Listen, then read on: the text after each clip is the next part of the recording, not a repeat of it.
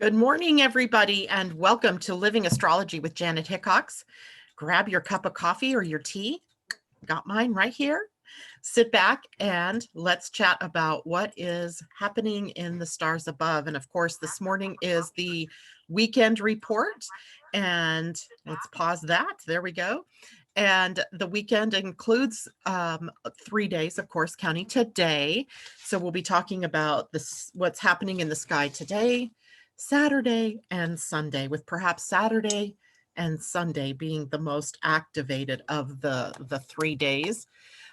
Given that Uranus turns retrograde tomorrow, and on Sunday, what happens is the moon in Cancer at that point will be in opposition to those planets in Capricorn, and Mars will be squaring those planets as well as the moon in the sign of Cancer. So crazy weekend, highly energetic, not a bad thing necessarily, although I would say there are probably some surprises on the horizon for all of us as we really fully enter into now what is the second half of the crazy year of 2020, right? Even though it's beyond the second half, we are now getting into that very highly energetic point between now and the beginning of January.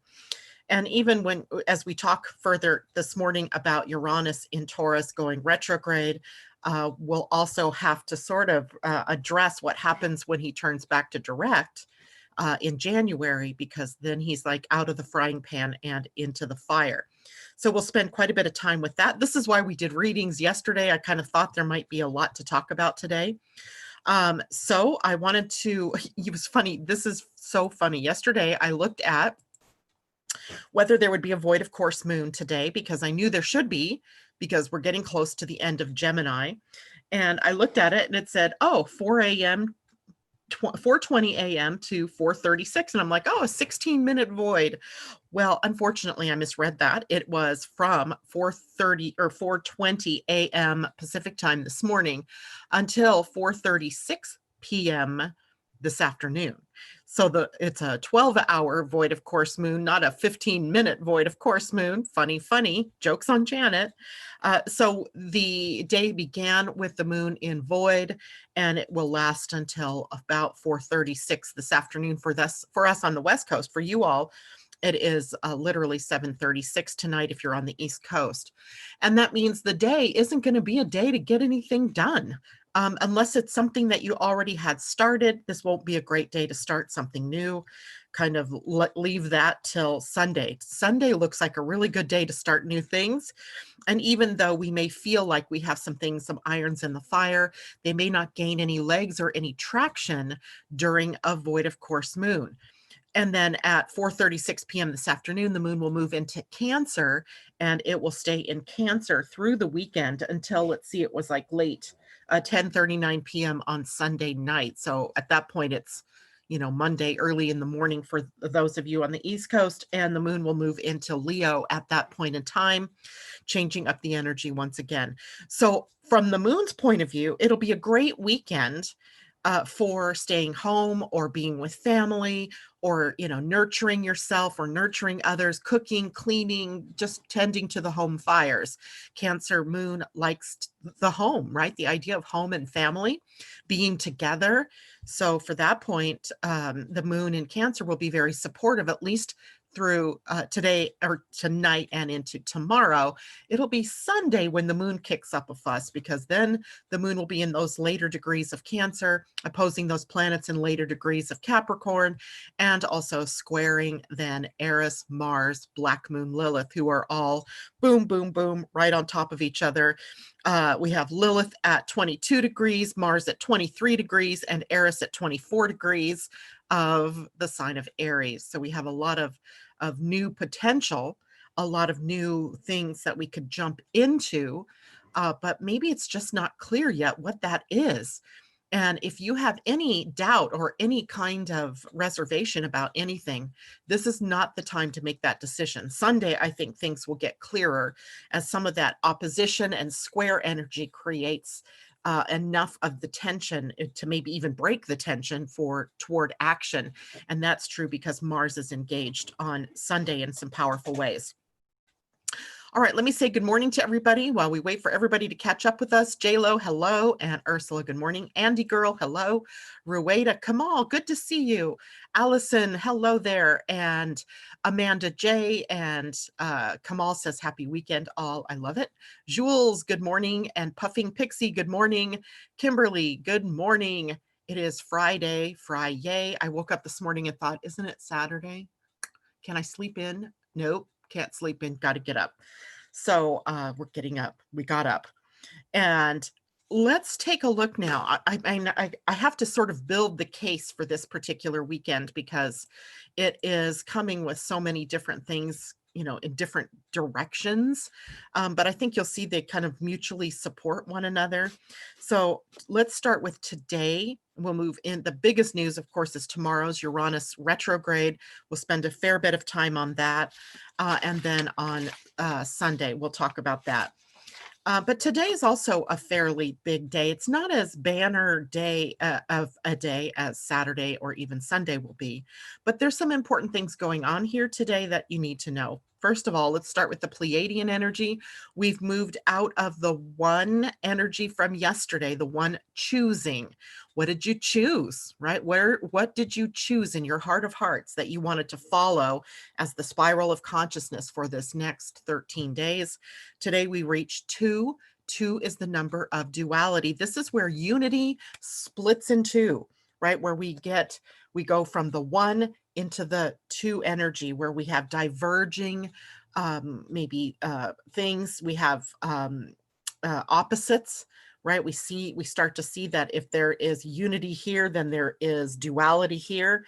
And we are learning how to really merge through that energy of 2. So the purpose actually of the 2 energy was purely expansion, right? To move from the 1 and out into the world, it needed to split to be able to explore things from different points of view.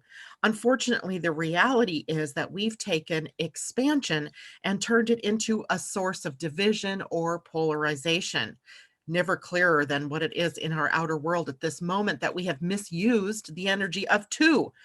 We are here with the energy of 2 to learn about cooperation, to respect differences, right? To respect and honor the tapestry of life, that without those oppositions, without the people with opposite points of view, it's a very one-sided world or a very one-sided existence. So we really need that energy of 2 to pull us in a new direction, to grab us into growth and to expand our horizons in some way. Without that split ever having happened, we would stay in the 1 energy.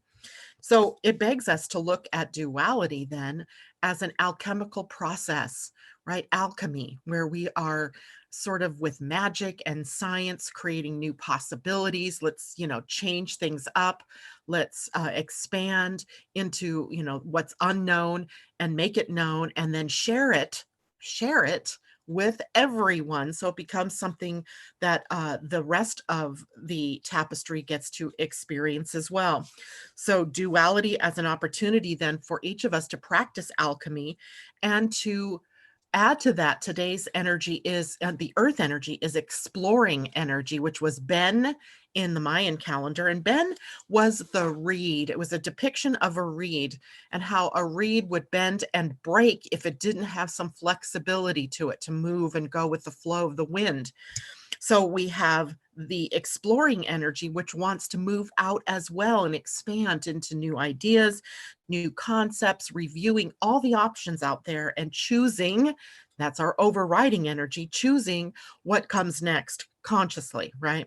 There's an investigation going on here on this day, right? We can investigate, we can follow new curiosity threads, we can create a bridge between our inner world, our inner dimension, and the cosmic connections, right? Or cosmic mind. So noting how it is that we're connected to that bigger cosmic mind or cosmic consciousness, and seeing our reality, our truth, are from a perspective that's completely different, right? Seeing it with new eyes, sensing it with, higher senses.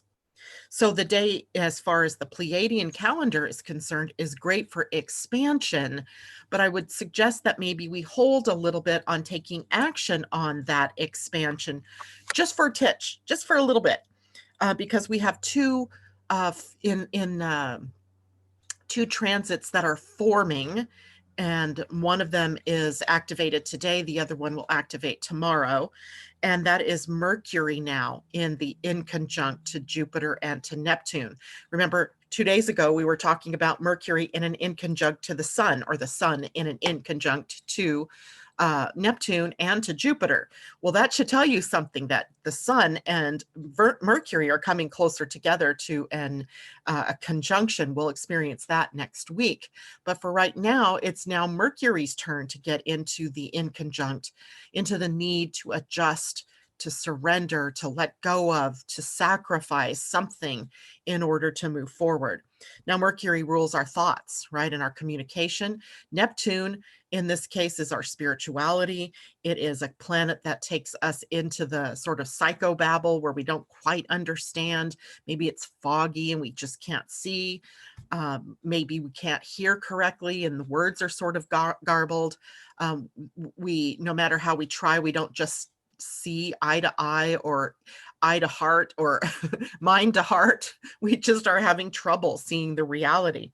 When Mercury comes into an inconjunct with Neptune, we may be seesawing a bit. We may be sort of indecisive because we don't have all the facts or we don't see clearly. It's a sort of daydreamy.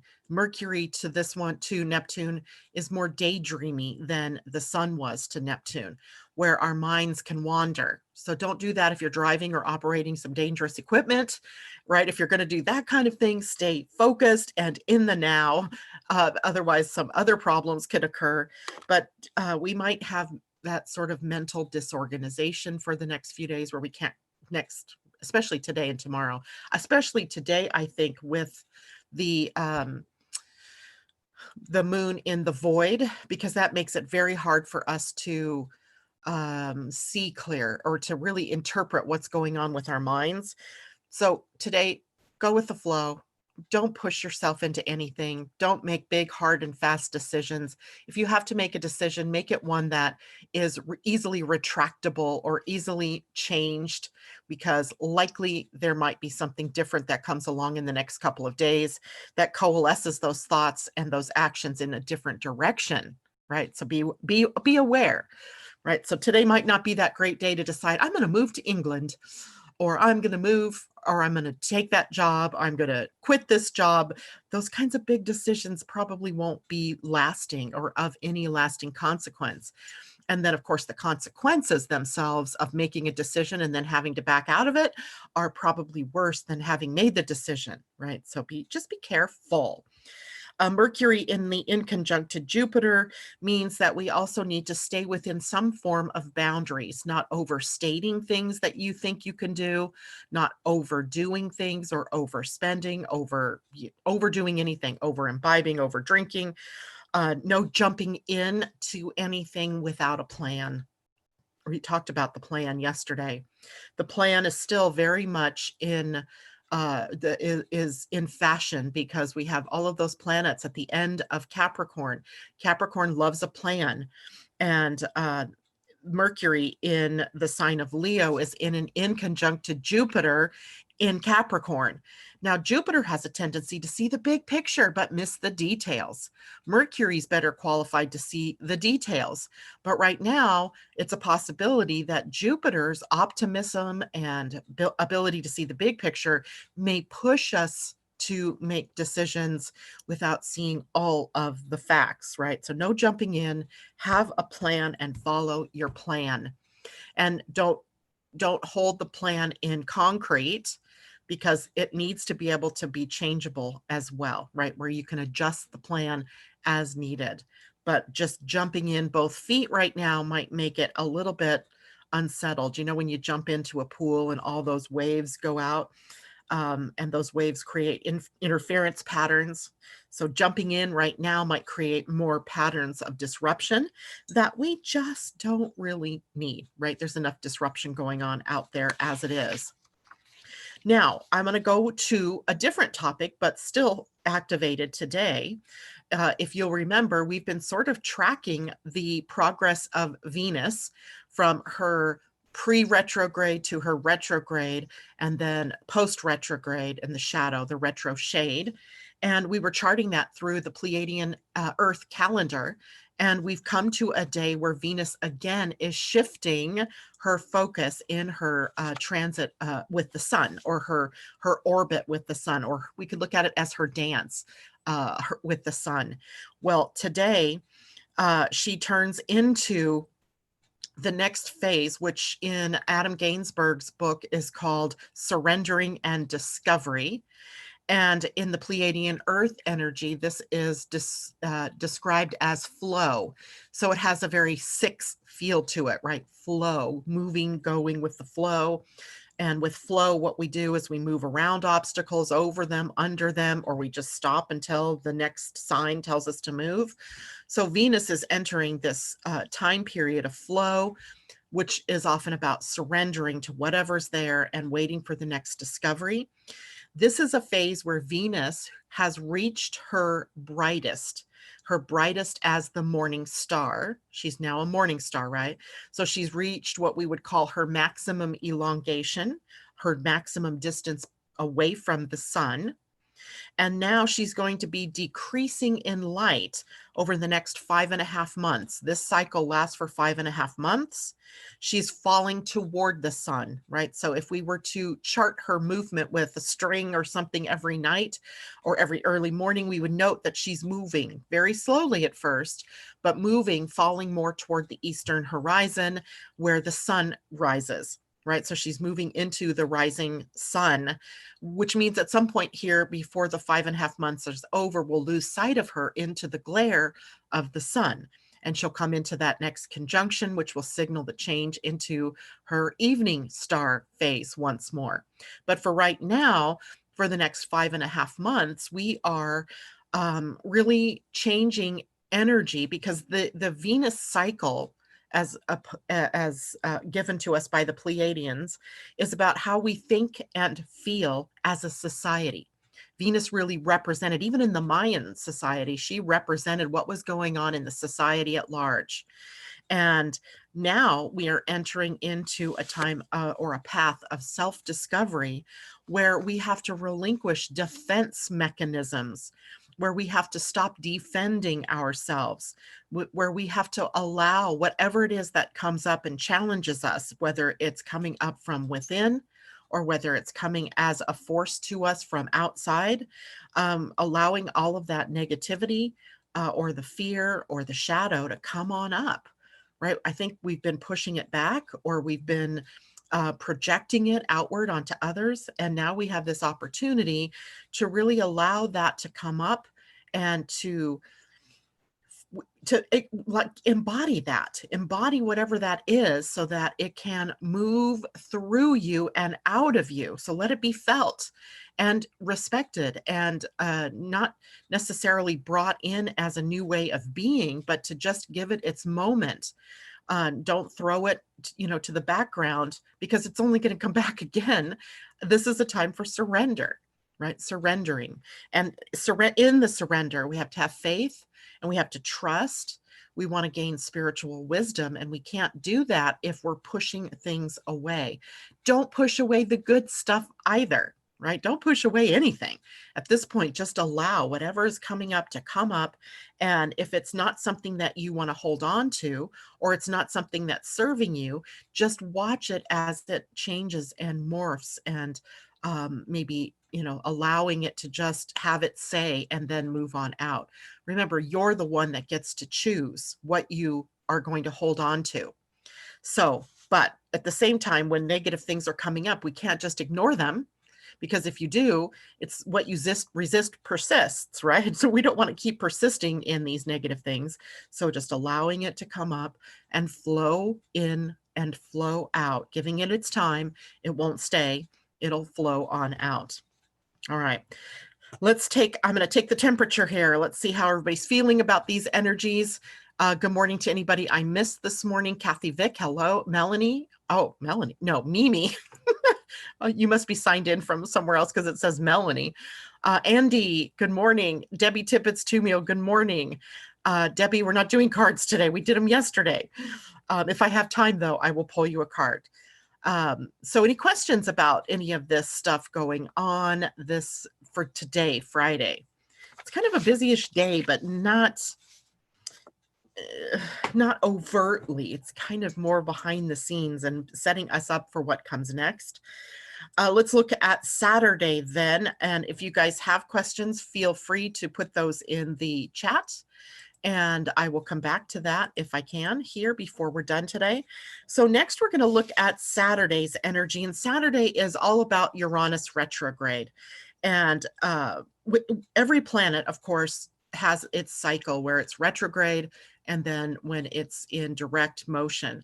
And in between those points, it comes to sort of a still point, what we call a station in astrology, which just means it kind of pauses for a while before it moves backward in this case.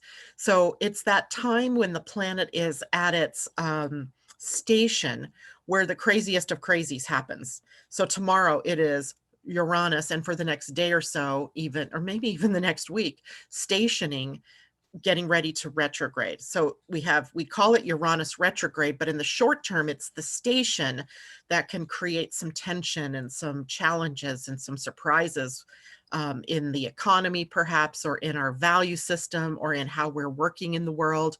So we might have, some rebel sort of energies that come up, some contrarian sort of energies that come up for us in the next week or so. Now, the nature of Uranus retrograde isn't like a Mercury or Venus or Mars, where those planets are our inner personal planets, and so we feel them directly. Uranus is more of a societal or a outer collective planet. So they're transpersonal energies that we pick up. So here in Uranus changing to retrograde is the inner changes that we likely will have to make, both as individuals, but also as a consciousness. We might have to make those changes as a nation. We might have to make those changes as a continent or as a globe, right? Inner changes in response to the changes that we're seeing in the outer world. So we are all being asked, and this will last, by the way, until January 14th of 2021. So a good chunk of time here where we have Uranus retrograde, and we may be faced with contrarian energy versus conformist energy, right? Where's that part of you that wants to conform and just be that, like everyone else? And then where is the contrarian in you that wants to just upset the apple cart, who wants to turn it upside down on its head and be innovative? So we're coming into the need to work with both of those things, right? Now, on the inside is where you're going to have to shift for you personally. There's a shift inward that is in response to what has happened in the outer world. Now, the nature of Uranus in retrograde, and Uranus in general for sometimes, is about politics.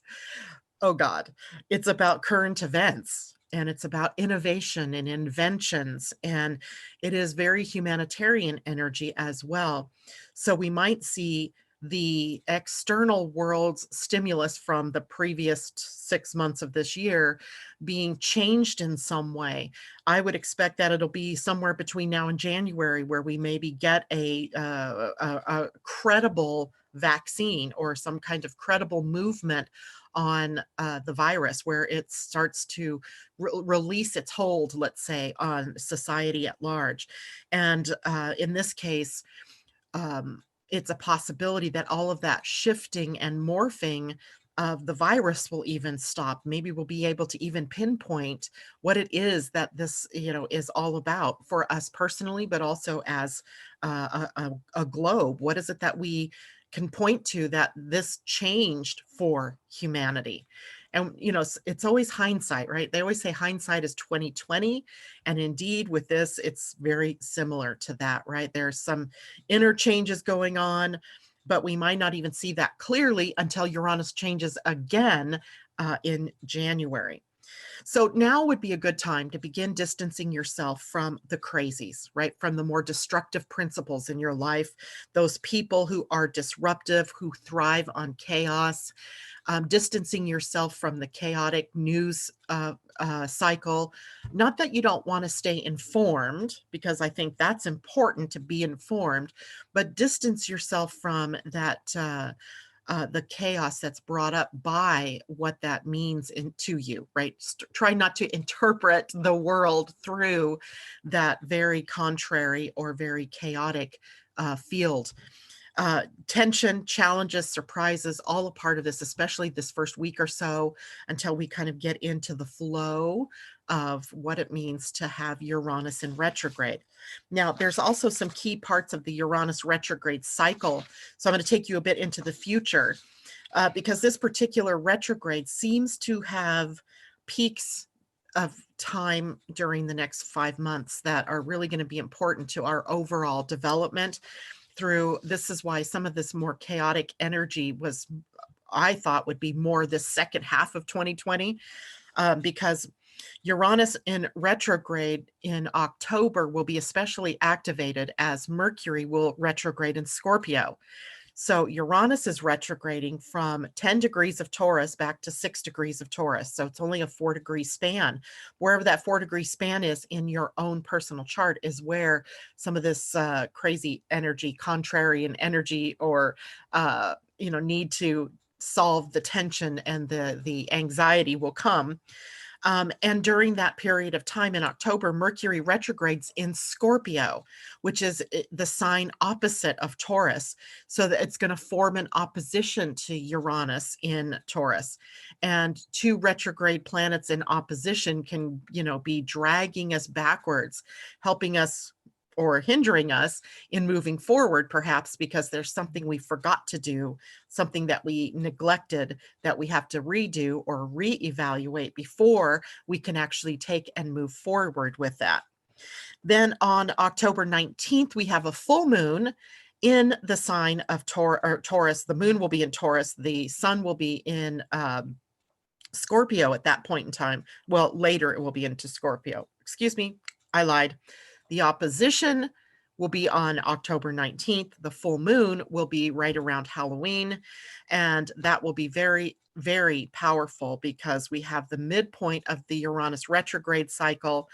And we also have that just a few days before that, the Mercury opposition to this point.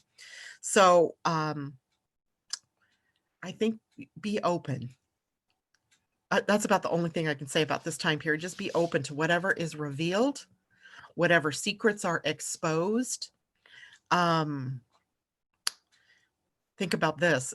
Halloween is always known as trick or treat, right? Trick or treat. Is it going to be the trick or is it going to be the treat? Right? We don't know, but expect that kind of thing. It reminds me of 4 years ago here in the US when we had the Trump election. And I believe it was in October that some powerful information came out that was negative toward Hillary Clinton, that likely, caused a ruckus in the electorate, and brought up, some information that had been in the hidden aspects. So I just wonder what that brings to us in October. So have your radar out, but just don't fall into the trap of letting it make you anxious. I think we all fell into the trap 4 years ago, especially here in this country, into what the divisions would be over the next 4 years of this presidency. And we're going to have to try mightily to stay out of that energy. If we want to make change on this planet, no matter who it is that gets elected, at least in this country, we're going to have to work with that energy because it's going to be pretty surprising, I think. Ugh. Anyway, at the end of the year, then, as part of this cycle, Saturn, as you know, will enter Aquarius December, I think it's 16th. Then we have Jupiter following very closely on December 19th. And then we have their conjunction, Saturn and Jupiter, at 0 degrees of Aquarius on December 21st. And the conjunction of Saturn and Jupiter in Aquarius will sort of begin to catalyze, I love that word, catalyze, a square to Uranus right? Uranus, and that they're within 10 degrees of one another. They'll be actually within about 6 degrees of one another at that point. So the beginning part of our year 2021 will be a square between Saturn and Jupiter, a conjunction of Saturn and Jupiter squaring Uranus. So here that makes on the collective level a powerful time, immense changes likely happening, disruptive maybe even. The idea is the staying open so that as individuals we have access to new awareness, right? New awareness. So I don't know that that gives us any real answers for people who are looking for a prediction on who's going to win the election here in the USA or what that means for us as we go into the future. I just know that the disruption isn't over and expect the unexpected. If you expect the unexpected when it comes and it's really awesome and positive, then you're not any worse off than if you are if the worst happens, right? Just stand back and be a little more objective and just watch what's happening.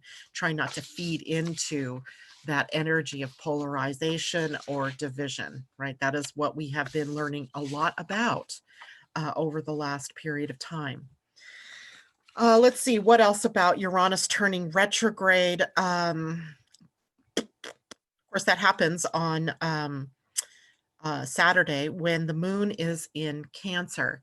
Now, here's the high side of all of this, right? If you want something to point to that really gentles it out, makes it easier, more palatable, less likely to create chaos, that is that on the day that Uranus turns retrograde, the moon will conjunct Venus, the moon in Cancer, emphasizing home and family, Venus emphasizing love and living from our values, walking our talk, right? Living from a place of respect and mutual respect for everybody's point of view and being nurturing, right? This is Cancer energy. It's nurturing energy.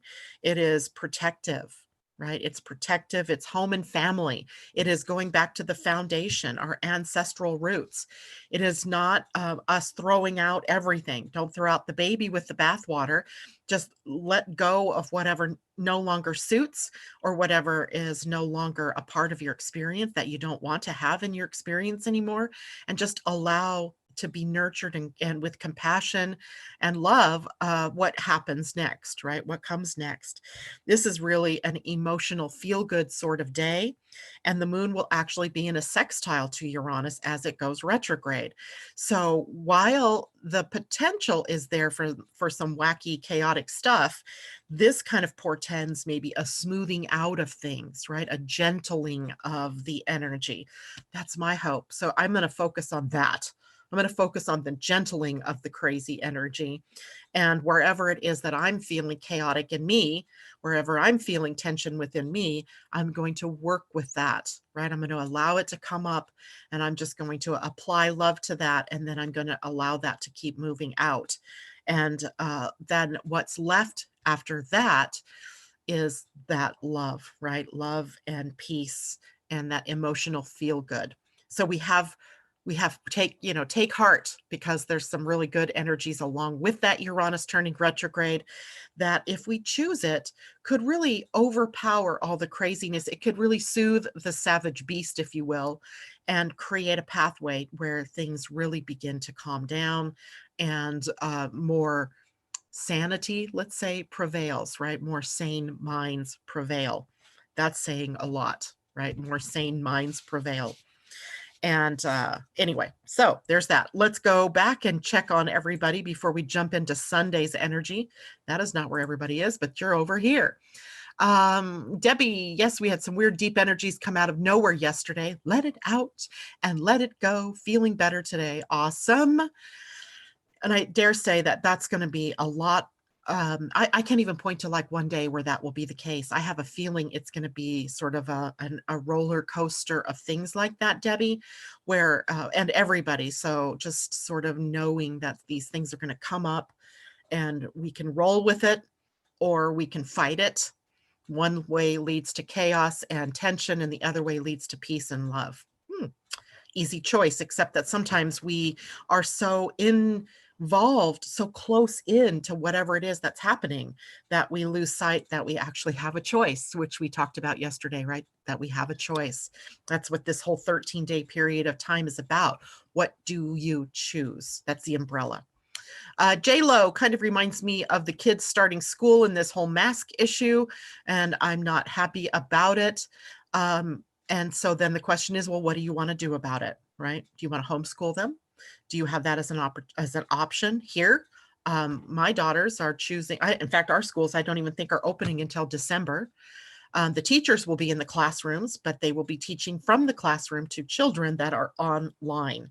And it'll be kind of like what they did this spring, only more organized because they've had more time to put it together. And hopefully in December, things can change and they can go back to their classrooms. And I guess the choice here is, how do you relate to it? How do you react or respond to that? Deborah Johnson, good morning. And may I request a goddess card? I'm not doing readings today because I did them yesterday. Remember, I'm going to change that over slowly because Friday has too much. I'm going to just make a mental note if I have time for Debbie TT and Debbie, the Debs, Deb J, in case I do have time. And actually, I'm doing pretty good on time right now, except we still need to go through Sunday. And J-Lo, having Uranus at 0 degrees in Scorpio, how can I prepare for it? I don't know that you can prepare. How's that for a non-answer, J-Lo? How do we prepare for surprises, right? How do we prepare for something deep coming up? I think it is not so much how we can prepare for it, but what are we willing to do in the moment that it happens? At this point, it might be nothing, right? Your 0 degrees Uranus isn't being triggered, right? Uranus itself is 10 degrees from the opposition point to your natal Uranus. You've already gone through your midlife crisis, if you will, point. That happened at about age 42, between 40 and 42, when Uranus was in an opposition. So that would have been when Uranus came into Taurus first, back in 2018, May of 2018. And so you're past that point now. I think what you could expect then, if I had to choose something to be for you to expect, is a more intense connection for yourself with what you want out of your life, with your desires, and where do you want to take your life. Not take it as in kill yourself, but where do you want to move your life? What direction do you want to move your life in? Consciously creating the pathway for you to do that. And there might be some surprises, and it might create a whole lot of change that as a Taurus yourself, you may not be comfortable with, but there's definitely the need maybe to accommodate something more, something that is maybe a passion that lies within you that you have yet to express. So I'd be open to how that might play out in the coming months. Rueda, this load shedding power cuts is making it difficult for me to view YouTube. I don't know what that means. Must be something going on from where you live. But I apologize for you. Maybe wait until later, and then you can come back and watch the video in its fullness later. Jen says, this helps me understand the cards yesterday even better for what's to come. Oh, yay. Hi, Cosmic Colibri. Good morning. I managed to wake up on time for your live, missing your card readings. It was so helpful weeks ago. Maybe I will do that. Picking one for the retrograde for all. Amanda J, is Uranus opposition always age 41, 42? Yes, mostly between 40 and 42. I have seen people experience it at around 39. I have seen people experience it more toward 43, but that's the span through which it typically happens. And it signals a time in your life where often there's some event. The stereotype is, the man who leaves his wife and, you see him out there with some young thing in a fast sports car because he's like reliving his teenage years. So in a way, it does recall us back to our youth. And what was it that we really connected to in our youth that we have yet to fulfill within ourselves? So that period of time is like a callback, right? It's a callback to what was, your heart when you were younger? So what were what made you excited to live as a kid? You know, did you always want to be a teacher or an artist or a dancer? And now as you near that 39 to 43, let's call it age, how much have you explored of that? And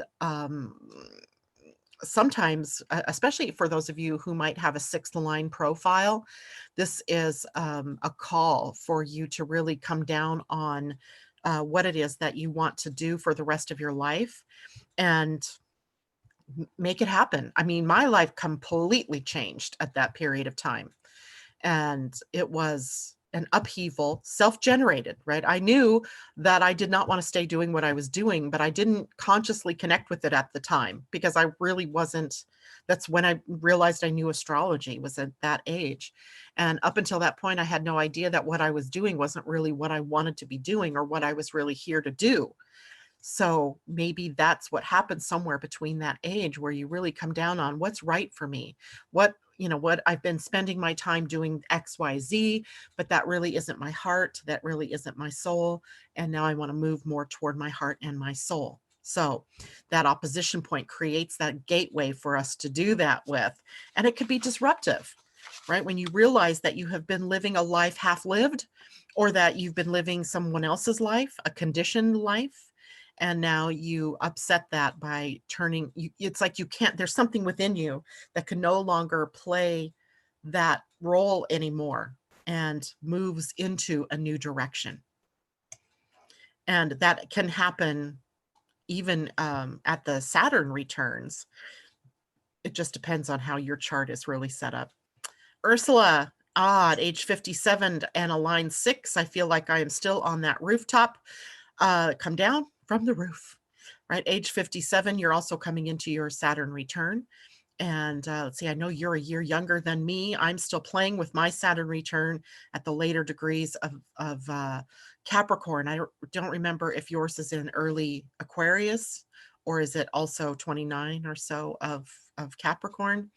And, indeed, I feel like for those people with the sixth line, it is really the Saturn return that triggers the coming down from that roof. I thought it would be the Chiron return that would signal that. And in some people it is. There was a part of that occurred for me with my Chiron return. That would have been back in 2011. And that was an interesting year now that I think about it. And then the Saturn return has really created that pathway, for me. Now I can't sit back and just, play with my life anymore. Now I'm really serious about what I'm doing. So it's pretty funny. Ursula, yes, 5 Aquarius conjunct South Node. So you got a taste test of your Saturn return from about March to, what was it, June, when Saturn was quickly in that 0 to 1 degree, 1 to 2 degrees of Aquarius. And then he retrograded. He's now back in Capricorn. So for you, from December onward, you'll be really looking at, what does this Saturn return mean for me? And I can tell you, it's not a very comfortable time at times. It really took me into the melancholic end of that return. And then it was almost magical on March 5th, the first time it was an exact return, something magically changed. And it was amazing. I can't even tell you that I chose that. On some level I must have, but as the moment the planet first enters into the sign, you begin to feel the effects of that Saturn return, letting go of what's no longer suiting you, bringing in things that are more, central to what you want to do or who you want to be. That might mean, letting go of some relationships, letting go of some associations. I don't remember what house your Saturn is in, but it's that house that's likely going to show you some of the areas that will change. And to answer your question, J-Lo, a Chiron return is generally speaking between about 48 and 52, with the bulk of people experiencing it around age 51. And but Chiron is very similar to Saturn. It moves slow. And the moment that it gets close, you start to feel that wound changing, right? And you become the healer, helping other people, it seems, to help them go through what it is you've already experienced. So it's gaining your wisdom chops, if you will. And Deborah Johnson, Deb says, I just turned 57. I feel like I'm up on the rooftop still. You might be. And yet, if you turned 57, it's between 57 and 58. So you likely, Deb Johnson, also have an Aquarius Saturn. So you're coming into that point in time. And I have full, total compassion for both of you because I know how difficult it was. It was not an easy time at all.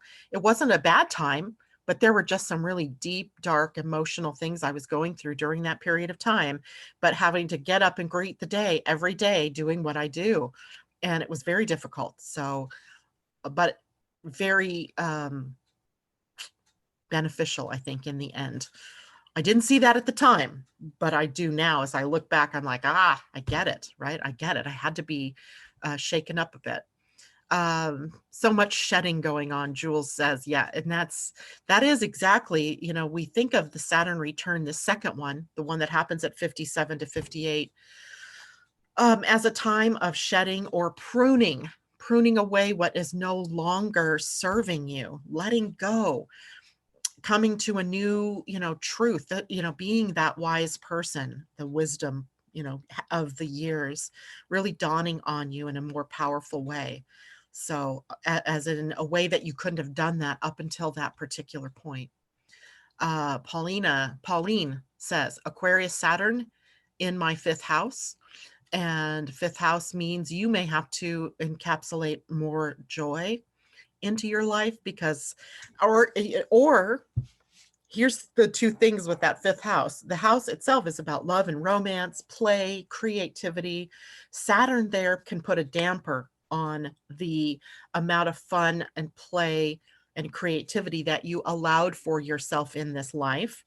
Or it could have been the exact opposite, where you were totally focused on play and, all of the creative energies, but without any substance to it. So you find that you've, just created something that has no real foundation. So now you are maybe the creative that has a foundation from which, whether it's a financial foundation or the knowledge foundation, that you can take and move outward in a more creative way. Hopefully that's the way that you've worked that. It would be, all work and no play makes Pauline a sad girl. And now it's time for you to be a little more joyful and expressing of that creative energy in your life. Cosmic says, I have Uranus retrograde in the 7th house in my natal chart. What does it mean when we have retrograde in our chart that matched the retro today? Not necessarily. It just means that there's something karmic likely of note happening for you in your life at this point in time. It might be related to how you see yourself in the faces of the people you're in relationship with. Taking, I would say for you, Cosmic, dare to look in the mirror and see what people are really showing you without judging yourself or them, right? Just looking at not just the people you're in relationship with now, but over your lifetime. What are you seeing in the mirror of relationships, both the failures and the dismal ones, as well as the successful ones? And what does that really tell you about you? Because you're really here to look into that cosmic mirror. And it tells me a lot that when people have a Uranus, any planet retrograde, in the outer planets especially, that there's a continuation of a theme from a previous lifetime of challenging yourself to be free, perhaps within relationships, of letting other people be free to be who they want to be in their own relationships, that kind of thing. And Deborah says, yep, working hard, just going with it. Go with it. And Pauline says, so true. Never used creativeness or fun. Now is your time, Pauline, right?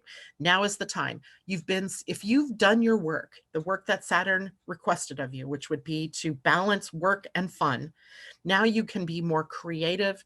Now you can actually see how all of the work that you've done has built a platform from which you'll be able to go out in the world in a new way.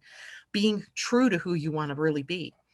But up Saturn is in her seventh house, Deborah's seventh house as well in Aquarius. So very similar to cosmic Calibri. Looking at your relationships, what are they mirroring for you? Except now Saturn in your seventh house would be a call for you to bring up your own authority and see where maybe you've relinquished your power to other people and bringing back your power, right? Bringing back your authority. So power is more the realm of Pluto. But Saturn really brings up our authority when we stand in our own integrity and we be true to ourselves. That's really what Saturn is asking of you. So if you've disappeared into a relationship or you don't have a clue what your relationships have been showing you about you and your own authority, look in the mirror. Maybe you've avoided relationships because you were afraid you would lose your power or lose your authority in them. And now you have to maybe turn and focus on relationships a bit to see how you can become more emotionally connected. Saturn in Aquarius can be a little bit aloof, a little bit detached, and that can serve you well, but other people may see you as emotionally aloof. So think about that in your life and how that plays out. Pauline says, wow, financial goal creation. Jupiter's Aquarius in my fifth house too, and Mercury in the fifth house. Forget the sign. So a lot of focus in that fifth house. Fifth house also is about taking risks. And I like to call it calculated risks in the fifth house, right? The house itself is where we have to risk a little bit in order to go forward. Right. So if you have the opposite opposite house is the 11th, which is the house of vision, hopes and dreams and goals and aspirations. And likely there's something there for you to look at as well in your chart in the 11th house. What are your goals? Maybe you've played it too safe and now you need to unchain, liberate yourself a bit from those chains so that you can move more forward. I think for you, you really epitomize in this, who was this, Pauline, the 2 steps forward, 1 step back is still 1 step forward. So being very aware of how that's played out in your life, because risk is needed, but you don't have to be daring. Fine line, right? Risk and daring are they're synonymous with one another. But risk is, I realize that I'm going to step out and I have a safety net of sorts, right? So I can always not, if I have to risk money, I at least know that my needs are taken care of financially, so I can risk a little bit of money. Same thing with time. I have a little bit of extra time, so I can spend that and always be able to have enough to do what I need to do on a daily basis. So being aware of how we're balancing that in your life in this case. Okay. Pauline, moon in a Sagittarius in the 5th house. So right here is the adventurer. And if you have not played the adventurer in your life, it's time. A young soul. Hi, Janet. I have Uranus in the 1st house in 9. It's retrograde in 9 Capricorn, 9th, 1st house at 9 Capricorn in retrograde. So Uranus in Capricorn, retrograde, 9th house. So no, 1st house. So I think here you've already been through something, right? Over several years here, there's likely been some real lessons that you've had to learn, and they've maybe beaten you down some, or maybe elevated you in some way. Maybe part of you's had to be let go in order for the other part to be elevated, because in the 1st house, this is all about you personally. So Capricorn is a very cautious sign. It's goal oriented. And I think you're saying that you have Uranus there in that 1st house, and it is a disruptor. So disrupting that Saturn, those Saturn plans and goals. But maybe you were focused on the wrong things, right? You could have been focusing all your energy on what was not correct for you, and or doing it in the wrong way. Maybe you hadn't been responsible yet, and you were being woken up to, you have to take responsibility for your own self and for your own condition that you are in your life. So lots of things could be going on in that particular part. Saturn at 25 Capricorn in the second house, money. How are you earning money, or how are you being capricious with your money? And has it served you as a way to build up self-worth and self-esteem? Are you living from your values or not? Right? That's another question. Kathy, for many, Uranus is now opposing Neptune. Could you comment on how generations are affected by these amazing transits? You know, that's a big topic, Kathy, but it does happen, right? So witness how we have these groups of generations, and we call them things like the baby boomers. Then there was Generation X. Then there was what, Generation Y. Then there was the millennials, and then I don't even know what they're going to call the 2000s people that were born. God only knows. Maybe they do, or a Generation Z. Who knows? But they come with specific outer planet placements that create sort of an energy field that the generation as a whole are going to mimic or are going to move with. So for example, the baby boomers were born with Pluto in Leo. That is a generation of people who were really all about me, right? They were all about me. They were about the inner child. There was a lot of inner child stuff going on with that particular generation. They were the greatest generation in their minds, right? They lived through World War II, or they were born post World War II.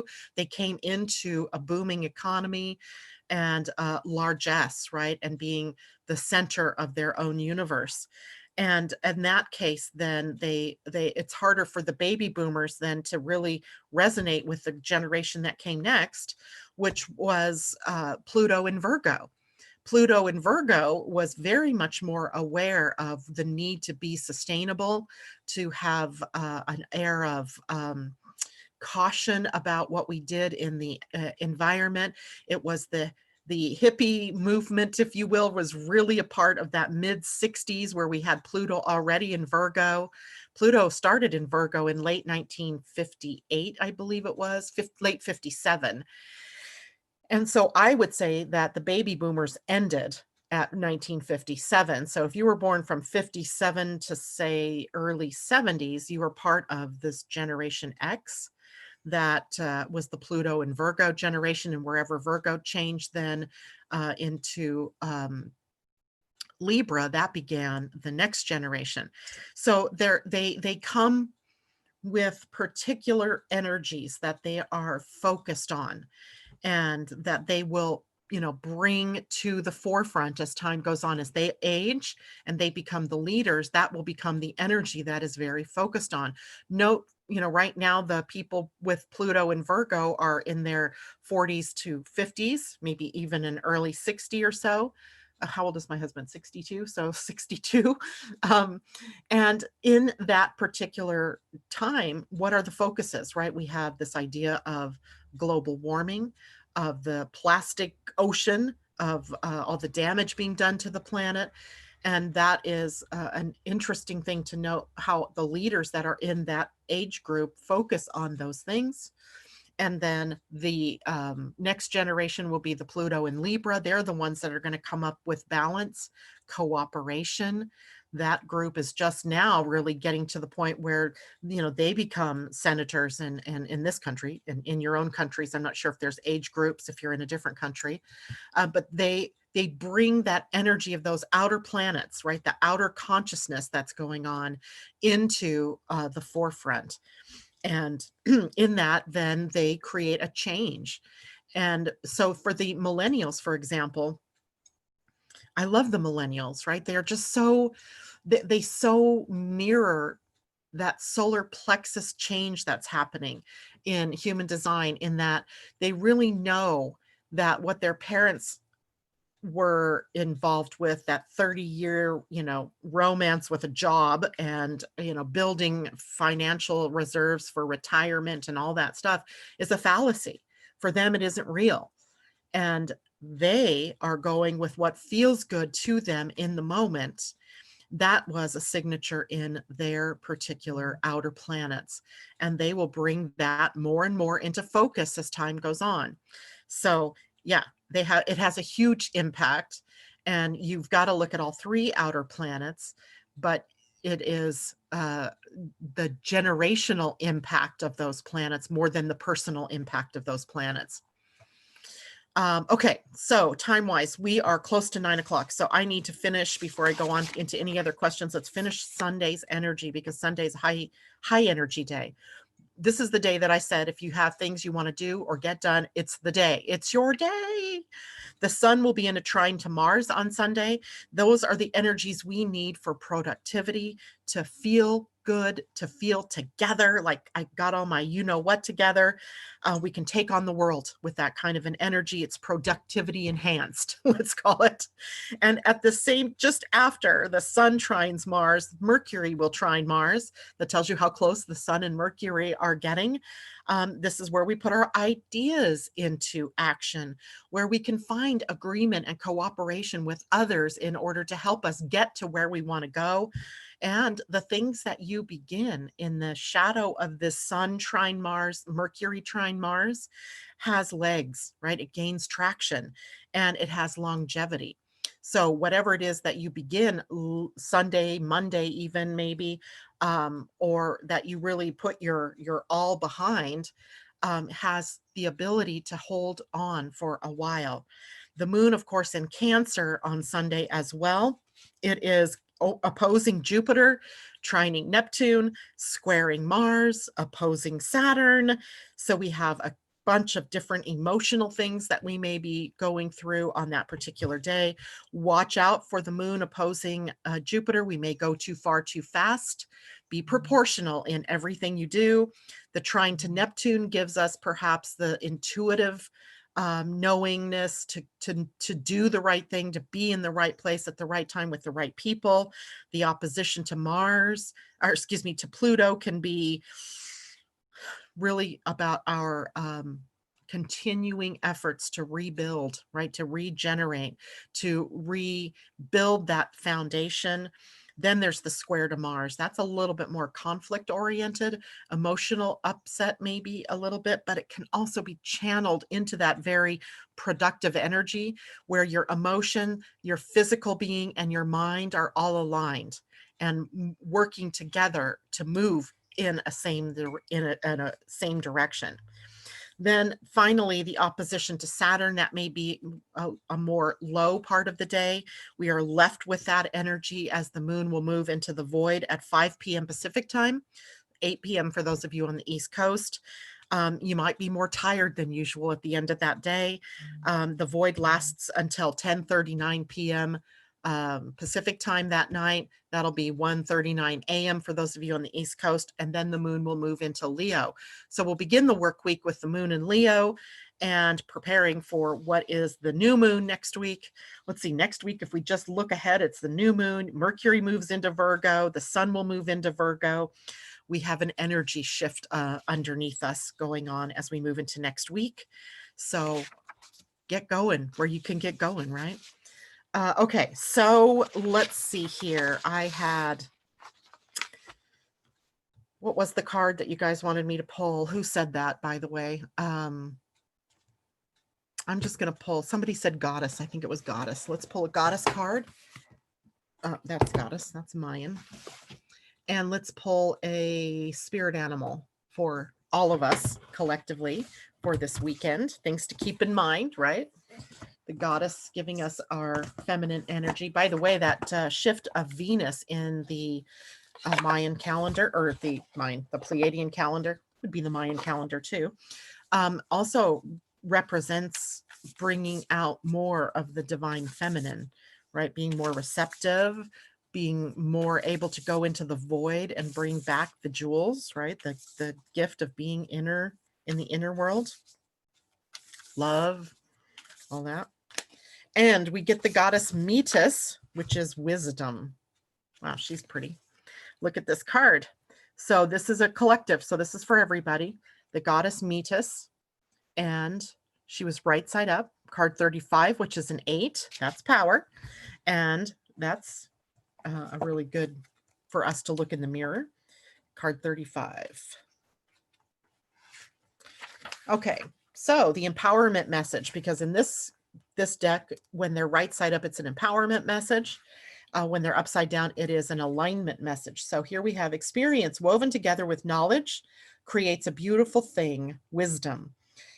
Its parts are entwined like a finely made rope that is so strong it can't be cut. Wisdom, once earned, becomes an essential part of you. Right now, the Greek goddess of wisdom, Metis, says you know exactly what to do in your current circumstances. The real question is, do you have the courage and commitment to make a wise choice?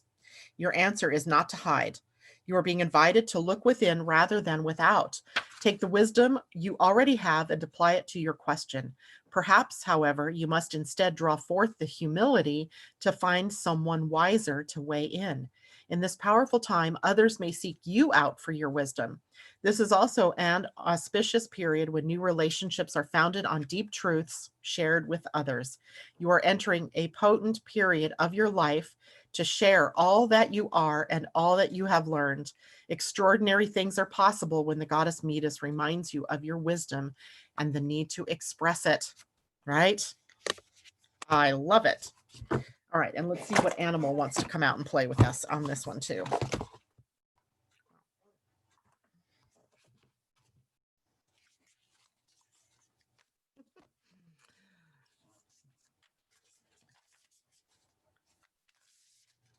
Animals.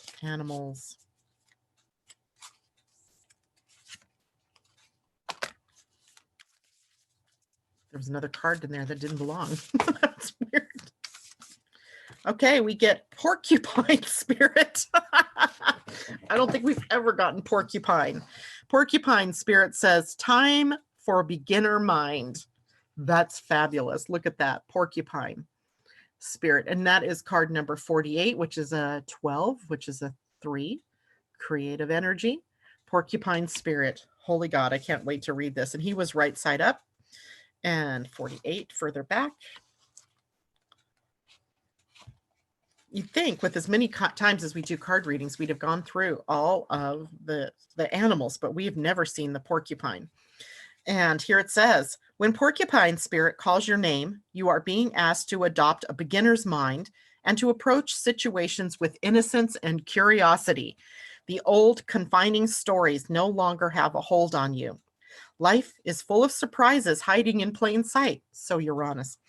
Looking at the world afresh with new eyes can help you find what you have been seeking, whether it is a relationship, an opportunity, or evidence that you have all you need right now to co-create what you desire. Who knew? Porcupine asks you to be playful and have a childlike curiosity. There is so much waiting for you that you have yet to discover. Right? That's awesome, right? New ideas. What I wrote here, new ideas, review options, investigate, create a bridge between the inner and outer. It's like, you know, everything that we talked about in today's day to exploring, where we're moving outward, right? Exploring the differences. And Uranus also here, where things can be a little disruptive, but that leads us to new places. So porcupine and the goddess Metis, wisdom and moving outward into something new. All right, guys, that's it for me today. I hope you all have a wonderful weekend. I will see you Monday morning. And in the meantime, much love to all of you. Bye for now.